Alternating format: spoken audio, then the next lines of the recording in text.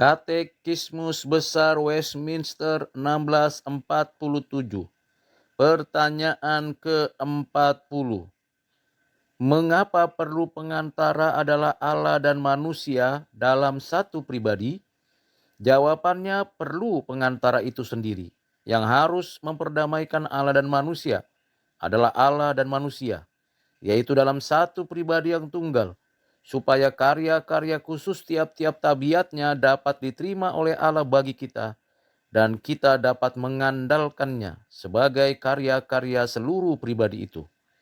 Jawaban tersebut dapat kita baca dan pelajari dari Matius pasal 1 ayat 21, ayat 23, Matius 3 ayat 17, Ibrani 9 ayat 14, dan surat 1 Petrus 2 ayat 6. Dengan demikian kita menyadari dan mengetahui secara utuh bahwa hanya ada satu dan satu-satunya dan tidak ada yang lain yang menjadi pengantara berdasarkan ketetapan Allah, yaitu Anak Allah yang tunggal, Tuhan Yesus Kristus, pengantara yang mewakili Allah dan mewakili manusia. Mewakili Allah di mana ia menanggung, menerima, dan penuh dengan kekuatan, kekuasaan, menyatakan kasih, kebenaran, keadilan, dan kesucian.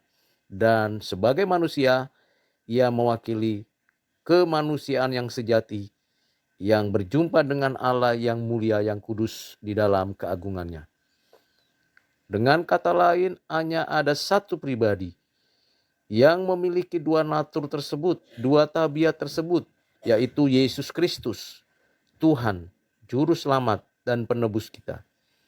Tidak ada seorang nabi pun atau seorang pendiri agama, seorang malaikat pun atau seorang suci pun yang bisa memiliki kompetensi, yang memiliki tabiat atau natur seperti Yesus Kristus.